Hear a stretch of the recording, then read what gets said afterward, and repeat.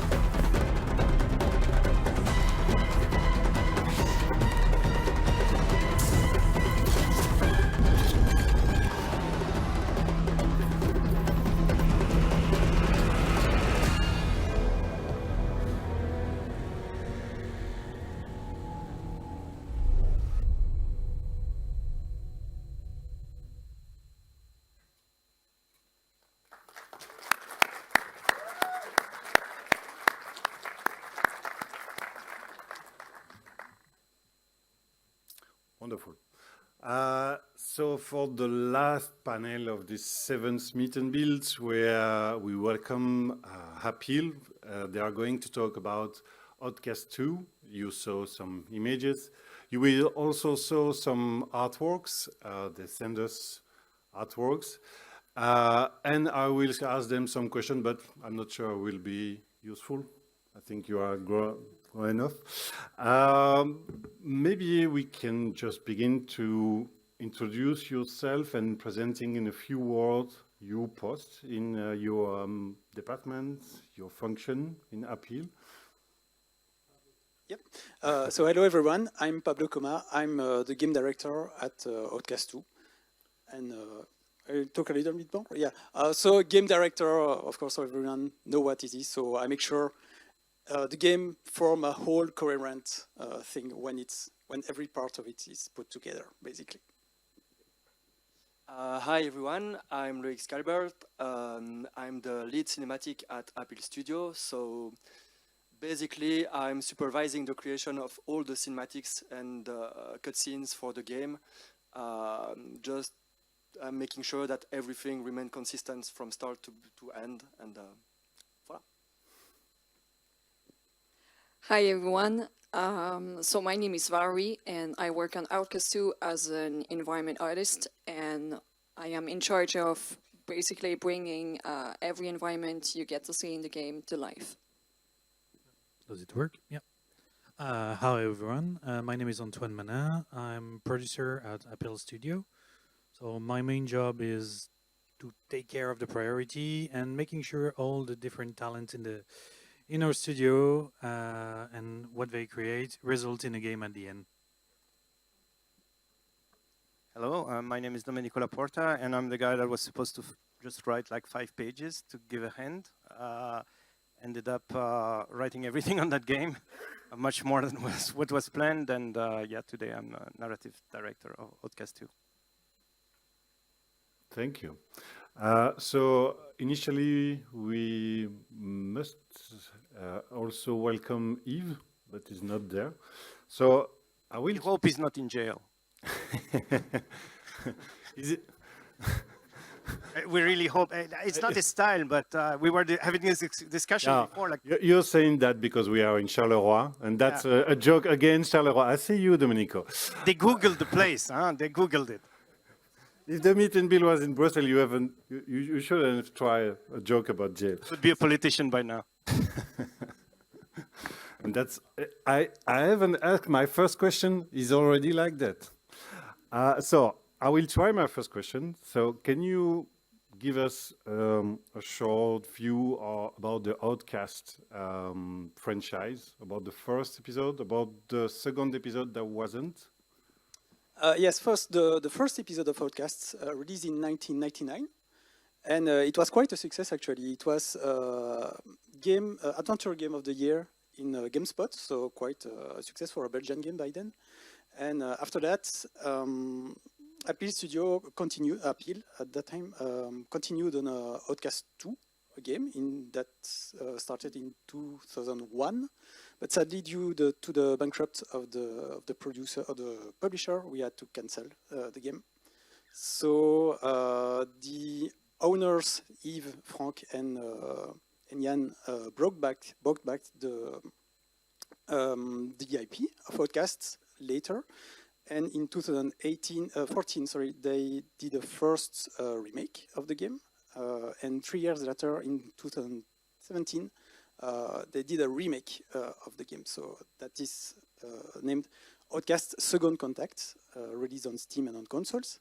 And after that, they met THQ at Gamescom, and THQ said, okay, we want to make Outcast 2, and that's how the adventure began for the second game. And we hope he's not bankrupt either. Be even worse. What was everybody in the place was born at the time of the first episode of Outcast? Just in time. I was, but you know that they say, I don't know if it's true, but that Outcast created open world games. For example, a lot of people at Ubisoft, when they were working on Assassin's Creed, they were really inspired by Outcast, and they were always coming back with that title in their mouth. So it's kind of nice to follow up on that. And in the team, everybody was born at the time of the first episode? I was 5. Yeah. I was born, but not able to play. Okay. Second question. How each of you would like to present this new episode? As a writer, as a designer, as a... Maybe I will start as I have the mic. So, yeah, Outcast 2, it's an open world action adventure game which takes place on Adelpha, so the same planet on which the first game happened. So we are later in time, and then we have to discover again another continent of this planet and do a lot of stuff there. Discover again the Talyan species, which are the inhabitants of that planet. And yeah, a lot of adventure will happen, but also on the gameplay standpoint, we try to be up to today's standards, so make a lot of evolution of compared to the first game, and also keeping the core things that made Outcast what it is. So nice story, and also the open world fact, because indeed Outcast was one of the first open world games, and we wanted to keep the essence of that game for the second one. About cinematics, I would say that we put a strong accent on storytelling. We have no more than 2 hours and a half of cinematics, and yes, I think they look great. They will look even greater when the game will be released. And so yes, we put a really strong accent on the way we tell things and how we set up the world and the event and the story. So I think regarding environments, because I'm definitely gonna stay focused on the environments, because it's not only that because I love it, but because it's solely what I work on. But regarding this aspect of the production, I think that Outcast 2 was mostly meant to become a memorable experience for players, in big part all thanks to its immersive and incredibly story-driven environments. Because as you all as you guys all know, environments are of course meant to highly emphasize not only existing gameplay features, but also the incredible story. That was also a huge legacy that came from the first game, as we all know, regarding Outcast 1. The second game was also an amazing opportunity to push many aspects that were introduced in the first game even further. And this shows with all the incredible environments that we have the opportunity to work on, as we can also emphasize also the fact that we have sorry, losing myself a little there. But I mean, regarding the alien aspect of the world, which includes several elements that will have an impact not only on gameplay features, but also the story and the environments themselves. So I will do the boring part, okay? So as a producer, managing all these people in the talent with a game with that kind of ambition, as we say, story-driven environment, a lot of story-driven gameplay, a lot of an open world things. So Outcast 2 is for me a challenge and a big one, but honestly, it's I'm passionate by working on it and seeing it taking shape day after day, weeks after weeks, and month after month. It's honestly a real pleasure.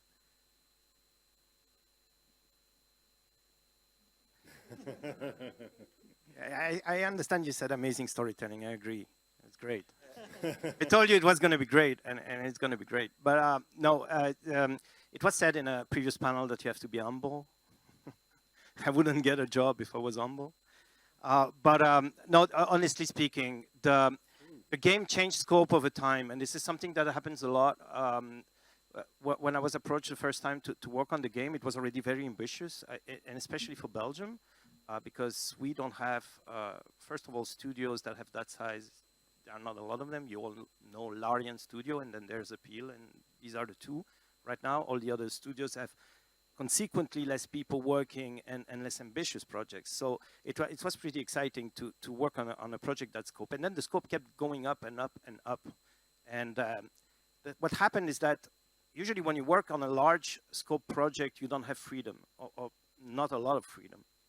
And here I must say, in my case, maybe because I was a bit singled out, but we were talking all the time. The communication was great, but I could do whatever I wanted.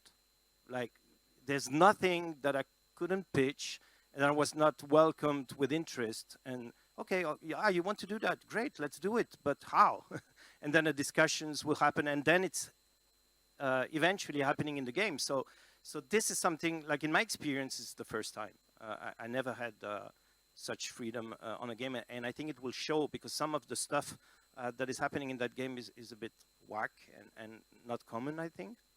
And I don't know if Joanne is here, but if you were in our talk before, and she said she shouldn't be quoted on that, but when I arrived pretty late in the game process. I mean, there were a lot of assets already built and everything, and at the beginning the discussions were, well, we have those mushrooms, and you have to tell a story about them because we don't have one. We designed them, but you know, you have to tell a story about that. And then down the line, the story picked up on the design, and then it was more like, okay, now let's explain the designers what they have to do because the story is already written. And it was also a very interesting experience to have both aspects, you know, the bottom-up aspects and then the opposite. And I think when you will play the game, you will not realize what was already there and what was created for the sake of the story. It's a mix, it's a blend, and it's pretty cohesive. You already answered to my next question. I wanted to ask to each of you to give an example of your work on a game like this, on a budget like this, because there is not so many budget like this in Belgium. And I wanted, because one of the things, so I asked if you do agree to give a panel with you here. But not so many time ago. Obviously, he doesn't agree. He say yes, they can work for me. But one of the things I was really interested is to understand how the different jobs implied in Outcast 2. So can you, all of you, each of you, give an example of your job, an example without NDA, about Outcast 2? Well, there's actually plenty of examples. Well, regarding the job of an environment artist alone, well, environments of the game will basically have an impact on pretty much everything, not just gameplay. And this is how I think a regular day of work will slightly, at best, it will basically never be the same from one day to the other, because there's plenty of tasks that may be assigned or requests that may be given by other departments. It can be from developers themselves or designers or even the cinematic departments. Environment artists on a project this big not only have to bring a major amount of creative freedom while being able to combine this with the whole story of Outcast 2 and the huge legacy around the franchise, but also be able to accomplish as many different tasks as they can. About cinematics, as Domenico explained, compared to bigger studio, we have a lot of freedom. We have a lot of freedom on the way we want to tell the story. But we also have to keep in mind that we are making it for a video game, so we have to build our cutscenes with those constraints in mind. They might be technical about the hardware, so we can't put, like, for example, 500 people in a room and then put bigger explosions and that kind of things. Technically, it's a bit difficult. But we also have to deal with the design, the game design, and be sure that the scene we are shooting and we are making goes in the sense of the gameplay, I would say, and not the opposite.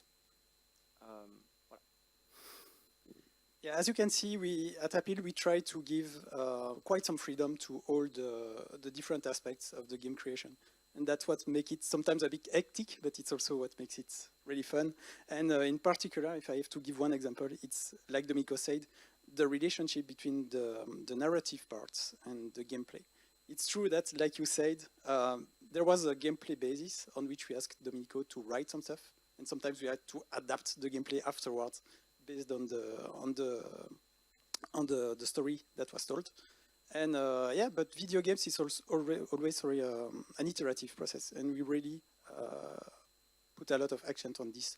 At Appeal Studio, we put something in place, and then if something asks it to be changed, we don't hesitate to change it in order to make something really great in the end.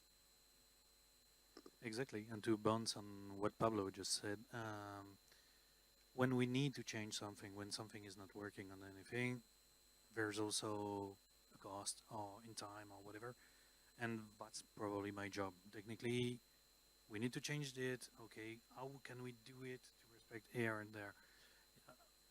I told already that it will be the boring part, but something that changed, and especially in Appeal and probably I only worked on one project in AA before that.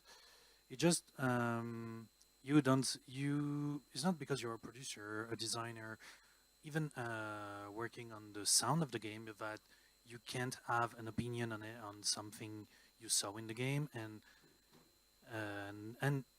this opinion will be taken into account. Everybody is free to talk about the game. We are not, of course, people have different sectors they're supposed to work on, but if you want to discuss something, even it can be with me, with Pablo as game director, or even with Yves, who is the head of the studio, you can definitely discuss it, and that's this freedom. This freedom in Appeal is probably a part of our DNA, and I really enjoy that. And let's not forget as well the independent spirit. I mean, it's not this is a big studio for Belgium, but it's still very moderate studio in world scale. And of course, THQ Nordic, they have been super helpful into scaling us up and walking us that path, because there are processes and stuff that probably were not integrated at the beginning, and they have the experience to say, okay, you know, if you have to ship a game, these are the steps that you have to go through. But for us, for example, me, I would never have imagined that when I was writing those dialogues at the beginning, that I would also direct the actors that are then voicing those dialogues. And moreover, being in a gymnasium with a bunch of acrobats, doing motion capture. It was very funny to do. And with Loic, we did that together.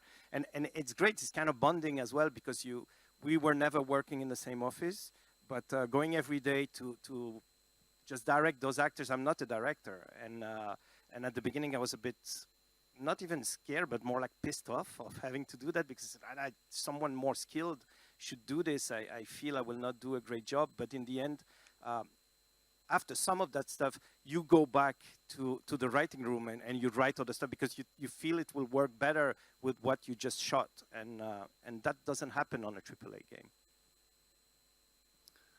That was also my... Well, I got your question. That was also my next man. question. So, you're a bit slow.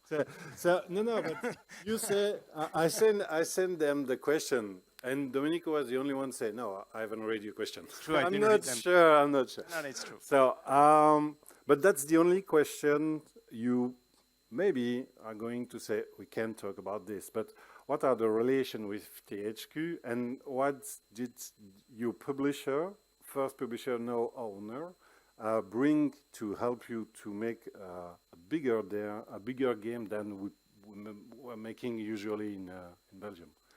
So yeah, first they've been really helpful all the way around. They are extremely professional, and really they always have a strong opinion on what we do. They really believe in what we do, and it's great to have them as a publisher.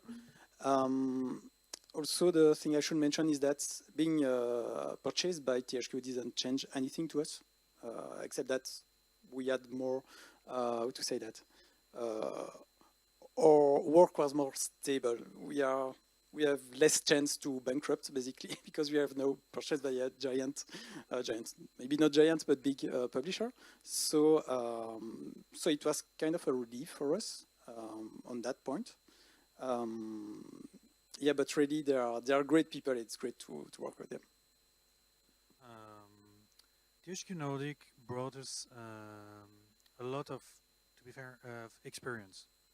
The ambitions on Outcast 2 scaled up since we have them backing us. So we are scheduling to get released worldwide. So. They helped us a lot about on production mostly, and showed us the things to avoid, every trap most new studio can fail in, because they have I don't remember how many IP they own right now, but they have among us a number of games released. So thanks to them, we managed to dodge some big problems. So yeah, honestly, we can be thankful for that. What I can still add is that they really want us to succeed, and that's important. Unlike some other games where, okay, the game now has to release at that time. If we need more time, if we need more stuff, they've been really willing to help us create the best game we can do. More money, because honestly, it's the first time that I have a publisher saying, it's not a money issue. I mean, if you need more money, it's fine. Just do this thing right. And usually it's the opposite. It's like, we are running out of money or time. We have to cut this, cut that, cut that. Of course, there are cuts. It's normal, because you have to rescope the project when you approach a deadline. But never. They told me so many times, like, it's not a money thing. Just it's okay if we have to go back to the studio and reshoot what we did. Like, we have to record again. Say, that's the last recording session. Except we now have this and that and that. Okay, let's go back to the studio because it's worth it. You never have that kind of, in my experience, I never had that kind of a relationship with the financiers, where the people are putting the money on the table, and they put their money where their mouth is. I don't want to oversell them, but if you guys were at the Gamescom, maybe you saw the booth of Outcast 2. I mean, this was not bullshitting people. I mean, this was really, like, impressive. We were impressed. We didn't expect that. They didn't even oversell this to us. They made us discover the booth. Like, oh, by the way, this is what we did for you. And, it's kind of gratifying. true. They give us also some lights of a world. So, as Domenico said, to be fair, the Gamescom was a bit of a shock for almost everybody in the studio. We just saw like concept art and stuff, but we didn't expect something on that scale. So on that part, it's really good. And yeah, to just add something, they are more attached the game to be good than some big deadlines or whatever, or some schedule. So that's really that's a really nice relationship we have with them.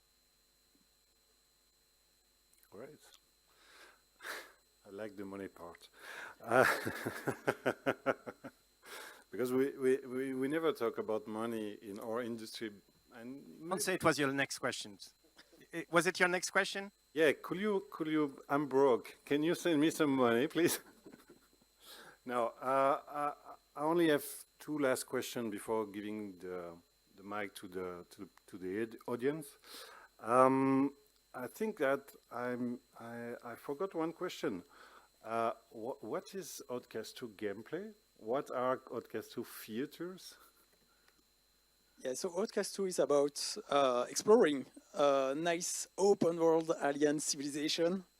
On the feature gameplay standpoint, it's an action adventure with shooting phases, shooting combats. But yeah, as we have so much text and story narration, the focus is really more on the world than on the combat itself.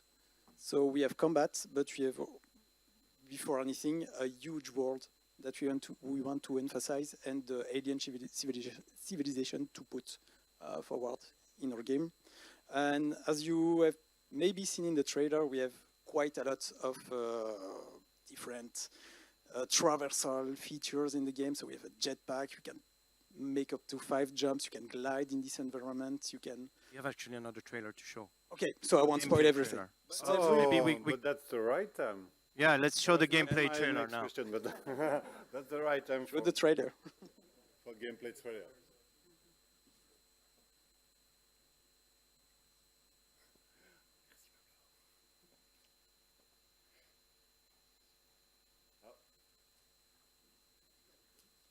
Troisième qu'il faut montrer.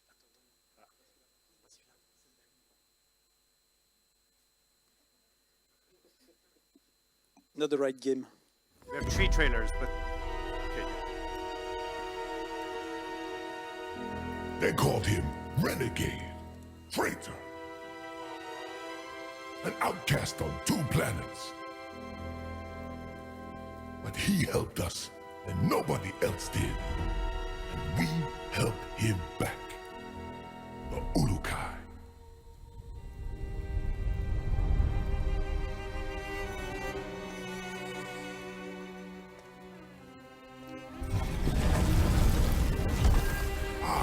Greetings. Mar didn't expect your visit. Otherwise, I would have cleaned up the place. So, you come to hear the legend of the Ulukai.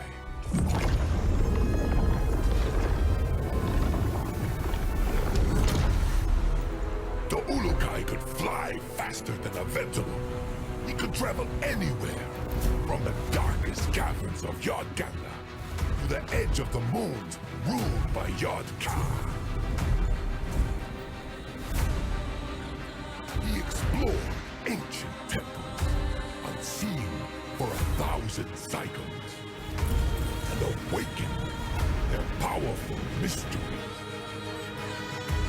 Nazoka, Amanor, Nekar. Oh, that's more like it.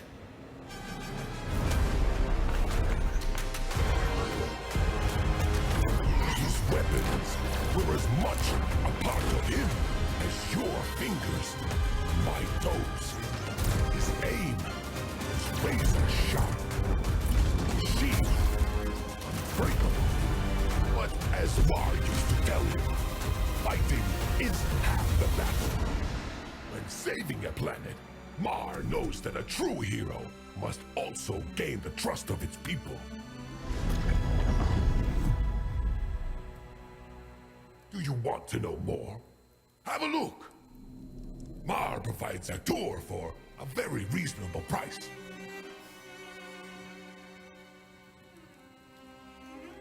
So something we have to say about that character, Mar, is that it's a character of the first game. And we said we had a lot of freedom, but there was one constraint, that was the lore of the game. Because the first game generated a lot of fans. And you know, like the Star Wars hardcore kind of fans that also invented the language, expanded on the language of the game, of the original game, the Agazork. They created a lexicon, full sentences in that language. But you know, I don't speak Agazork. So well, it was a bit intimidating at the beginning, because we had a guy that was absolute fan of the first game, that was a lore consultant. And if this is recorded, I say hi to him, Fabien. Because he was super helpful and also very strict. So, you know, you couldn't mess around with Adelpha, with the Talan culture. But at the beginning, it was a bit difficult and a bit restrictive. But afterwards, you know, you picked up on that and you start creating that culture, and then it becomes canon. And it's kind of fantastic. It's really like, because, you know, the first game at the time in 1999, I was born. But I didn't have a computer powerful enough to run the game. It was one of those games, you know, like Crysis, you know, the Crytek game, where you needed like super beefy computer to actually play it the way it should be played. So I watched a lot of videos of the game, but I felt I was the underdog in that story. And today, yeah, it's great to say, okay, well, I created that, you know, now it's part of the canon and the mythology of that planet. Yeah, and Fabian also helped us really create all the lines in Agazork, so the language of the Talan. We can hear quite a bunch of Agazork in the game, and he has been really helpful to write all these lines, to really have grammatically correct Talan language in the game. And if you meet an actor that has to voice that in studio, he will not tell you it's amazing. He will tell you it was a pain in the ass to record that, but it's worth it, really. It's really immersive.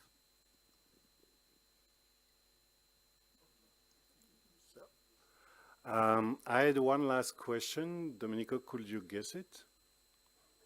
How much I'm being paid? No, I know that. No, but unfortunately, we will never know, because we don't have time anymore for my question. It's the audience question time.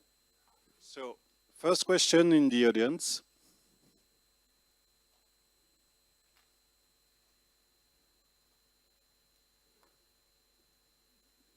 Not enough. That's my own answer. You said that you first had imagined the two in 2001, and I wanted to know between the first idea that you had for the second Outcast and now what changed in what you had envisioned, and why did it change? Maybe I misexplained myself, but I wasn't part of the team. I'm too young. No, actually, nobody here was part of the first game. Of course, some people in the team were there in the first game. So the three members of who funded Apple Studio, so Jan, Yves, and Frank were obviously there. Michael also, which is our art director, but we weren't there. But yeah, of course, there was a lot of concept art which were done by then. So some parts of the world have been taken back from that point. But I cannot really say exactly what they envisioned at that moment, because yeah, the island of women, it's true, that is something that was planned. So in the first game, all the talents told you that, okay, the women, they are on an island somewhere else, but you cannot go there. And what they wanted to do for Outcast 2 is, of course, to place this location at the center of the world they will be making. And that's something we kept, obviously. We wanted to have those, finally, those talent women in the game. So that's something that was one of the things that were brought back from the first prototype, first pre-production of Outcast 2. And the thing is that in 1999 they couldn't design the female talents because it was a budget thing. You know, they needed to modelize a different type of character and they didn't have the budget for that. So when the game became successful, they said, okay, we're gonna have like second game where we teased those characters and we want to go on that island and we want to show those characters. So I think it's the first thing that was told when I arrived. It's like, we need to have like female talents. And it was not a wokeism or anything like that. It's just because the fans were really expecting those characters to come alive and to be part of the story.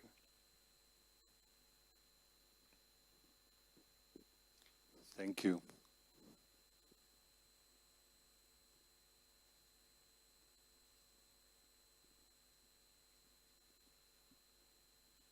Hi everyone, and thanks for this beautiful game that we can't wait to play with. Obviously, one of the common themes that from this talk is freedom, and of course this is a huge project. So I know, Domenico, you like scope as well. It's an important matter for you. But how do you handle the balance between this freedom and the scope? How does the decision process go from, oh, this is a very creative idea, and can we scope that? To be fair, the scope wasn't really mastered. Yeah, because the game quite grew in scope from what was planned when they sang the first project. But however, we still deleted quite some parts of the world because we noticed quite early that's too big. We have to reduce the map. We have to reduce the amount of villages of characters that you meet. So we saw really big at first, but we had to reduce when we noticed that it will not be possible to put that as a coherent whole in time. So again, it's an iterative process where we plan some things and we had to delete things afterwards because we saw too big. So yeah, that's something very common in the video game industry. Your ambition at the start and the end result will never match. Let's be honest. A lot of things will evolve, change. You will probably go there or there, but at the end, at some point you need to sometimes lower your expectation and up others. Appeal, despite all this legacy, having the first game in 1999, is also a young studio in his way, and so we had great expectation, and we tried stuff. We did mistakes, and we learned a lot on this project. And at the end, that's probably how you match expectation and scope. It's you're walking a line all along. At least as a producer, that's what I'm doing. And for me, in terms of freedom, as you know, I work also in films and in TV series. And what is very safe in films is that you write something, you say, well, they will not have the budget, they will not be doing that. So you kind of censor yourself just writing something on the page that they will be able to shoot. In games, the sense of budget is quite different. So you write down in one line, well, Cut Slate, which is the main hero, will land on his jetpack on this platform, and then there will be an explosion there, and the guy will be propulsed at his feet, and then he will walk towards him, and then we have like a shot, the camera will just jump back like 200 feet, and it's not changing the budget. So of course, it empowers you with a sense of, I want to write those scenes also for films, and it's not possible, so let's do it in a game. And it was a great sandbox to do that.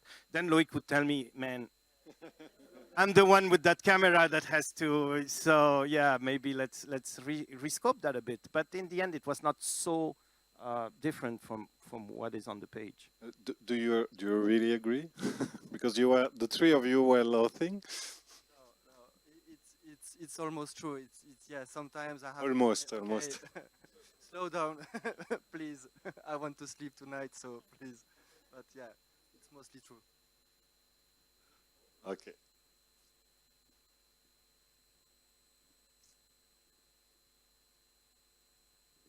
I'm in a good mood, so I'm not gonna ask some stupid question. I'm actually gonna ask a real question this time.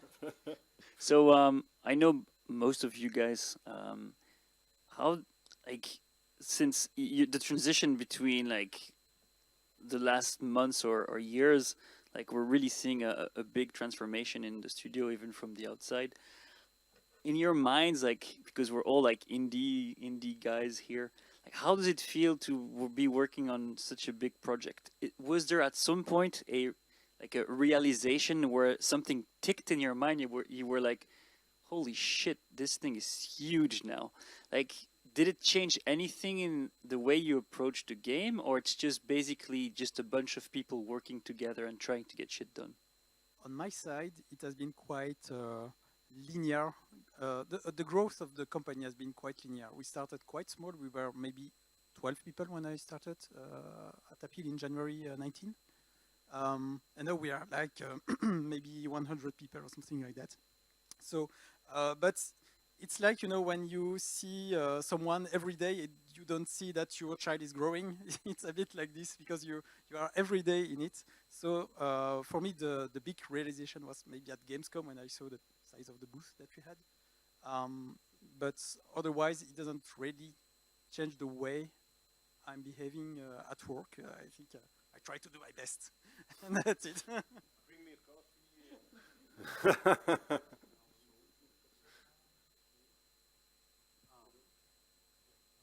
Just a quick one. For the record, I joined Appeal last year. Exactly, it will be 1 year in the studio, 3 days. So basically, since I was there, I was narrowed sight. Like you are in production, you see your game evolving and at the same time you see, oh well, there's more people in the open space now. And you interact with them. You see the company growing big, and in only 1 year, as specified.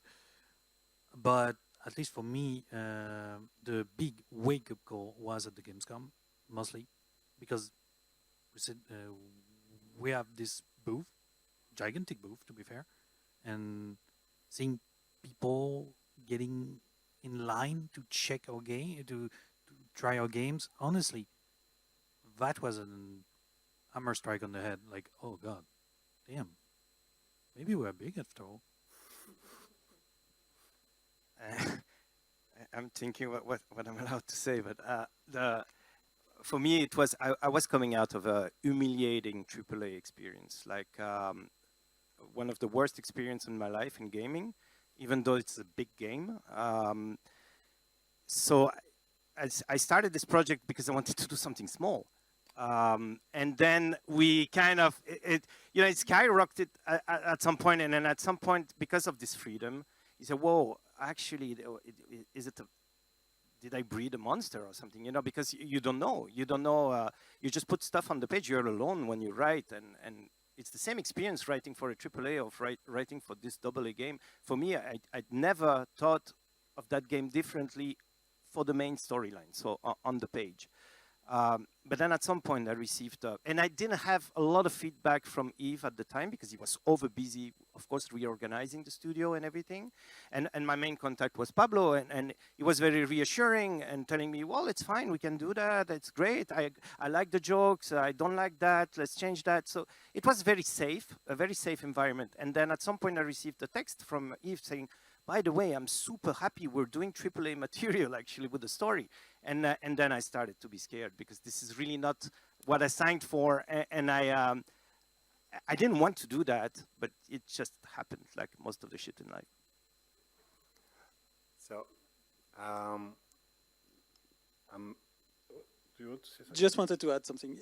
Also, the fan reaction was a big thing for us because as I think Antoine said earlier, we have quite a big fan base from the first Outcast game, which is really looking closely to what we are doing. And when I say closely, it's an understatement because literally every trailer is analyzed frame by frame by the fan community, and seeing so much dedication from our fan base, it's really something very special for us. Honestly, you see the concept art behind me? They analyze absolutely every pixel of it and made theory about it. That's scary sometimes. That's wonderful. Or terrifying. Terrifying more. So, sorry to be a little bit rude, but I will take the last question. So this is a question to the five of you because I'm really grateful to the five of you because my invitation was sent really late, 1 month ago, maybe less, and because you have to finish a demo for next week. So thank you so much, the five of you being there. We are all really, really grateful, especially me. So the last thing I want to ask to the five of you is, could you share with us one thing you learn of, one trivia, one bright memory you have from this long development? The first thing that comes to mind is when I joined the team. Because I come from an indie world, literally, before being hired at Apple Studio, I was a one-person developer. Made the game literally alone. So I never really make games in a team, especially not in a big team before that. And Yves gave me the chance to, okay, come on, and let's go, and you are a game designer. So really the first time I went at Apple was something very special, to be part of a big team after being alone for so much time. So that's what I wanted to share. On my side, I would say while I was working on movies, we used to tell story matters the most. And everything should converge to this story. But here, you are telling a story, but you are not telling it to someone who's going to be passive in front of it, but you're going to tell it to a player. And you need always to think, okay, I'm telling it that way, but will it be enough for him? Will I match the gameplay? Will I match will I match the game feel, and will I fit in the game, in fact? So yeah, it's really interesting to not tell only a story, but tell it for a game. It's a complete different vision. Well, to me, I think it's not really a trivia. It's more like a confirmation of what was already an assumption when I first joined Appeal. Outcast 2 is the living proof that every successful project is the result of a successful team effort. And this applies not only to the art departments, but pretty much everywhere too. And I was able to find a decent answer to the never-ending question I always had when I also entered the company. That was, how can I possibly contribute to a project this big, knowing I have the opportunity to push such impressive environments to a whole new level? For me, I think it will be mostly some personal opinion regarding Appeal in general, not only Outcast 2, because it concerns also the team in the other projects. So first of all, I'm sorry and kick me out right after, but I'm French. Sorry to say that. Sorry to say. So I had a prior experience. In AA industry before, but after I joined, when I joined Apple, I came in Charleroi. I didn't know anything. I didn't know anything about Apple itself and about Outcast either. Move. You can literally leave the room. So I joined. I arrived like, okay, let's see what happened. I was really well received by Yves, by Pablo, and also Andrea, who is one of my coworker. And after that, I felt a very good mood in the studio. Like a lot of people were here they wanted to do great things. They were passionate and were here to do great things. And after months among them, it was a really I made friends out of them, and also I never had that kind of freedom to to everyone to see such a good mood. And I don't know if it's a Belgian thing, and honestly, if it is, please make money out of it. Try something, because honestly, it was really great to join a team who wanted to thrive like that, to be successful, to make, as I said, make great things. And I'm really thankful for that, and all the people who composed and composed the team right now. I see a lot of familiar faces in the front rows, and I would like to thank them for that, and Eve too.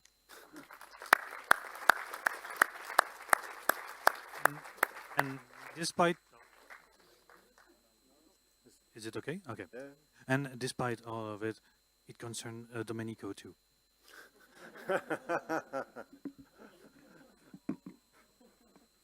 I have an anecdote. You know, COVID happened, and it was in the middle of the production. It's actually the reason why I joined the team, because I couldn't work abroad anymore, and I was looking for a job in Belgium, and it was really great timing. But one of the consequences of that is that we had to record the voices without being physically present in the studio. So we did it on Zoom, you know, like not really meeting the actors in person, and it's configured in a way that you actually not even see the actors. So it's a bit weird. And the actor Joe Cordigal, that is voicing Cutter Slade, you know, he has a shitload of lines, and I spend a lot of time with him virtually without meeting him, without even seeing him. And at the beginning, you know, you had to get familiar with that character because it's a different voice from the Cutter Slade of the 90s. And at the beginning, he was always telling me, what the fuck is he saying? Why? Because he's not also shooting the game chronologically. So, you know, a lot of that shit didn't make sense at all. And he was a bit like, is this guy crazy? Or why does he write a line like that? So it was a bit, at the beginning, very cold, which is normal. And then towards the end, especially the last session was quite emotional. He couldn't let it go of that character. And he was always asking, but will it be like a DLC, or should we like, is it really the end? And you know, they are paid also by, almost by the minute in the studio. You have to book the studio per 30 minutes time slots, I think, something like that. And we ended up having a conversation in the end about the character, like if he was Cutter Slade, you know, he was saying, well, you know, yeah, I remember I explored that part of the world, and then what happened to that guy, by the way, huh? And he was asking questions in game, like he was the character, and they had to kick us out of the studio, virtual studio, because, you know, the time was running and they had to pay for that. So they said, yeah, well, if you want to have that conversation, maybe have it later in the bar. And I hope it will happen, because it's really a bonding experience also with virtual people. Thank you for this wise live word. What I heard is, what you say is 2 years ago, there were 2 disasters, COVID. And me. And you working with Appeal. Joining the team. But maybe I have heard problems, sorry. So thank you so much, Appeal team. Please applause Appeal team.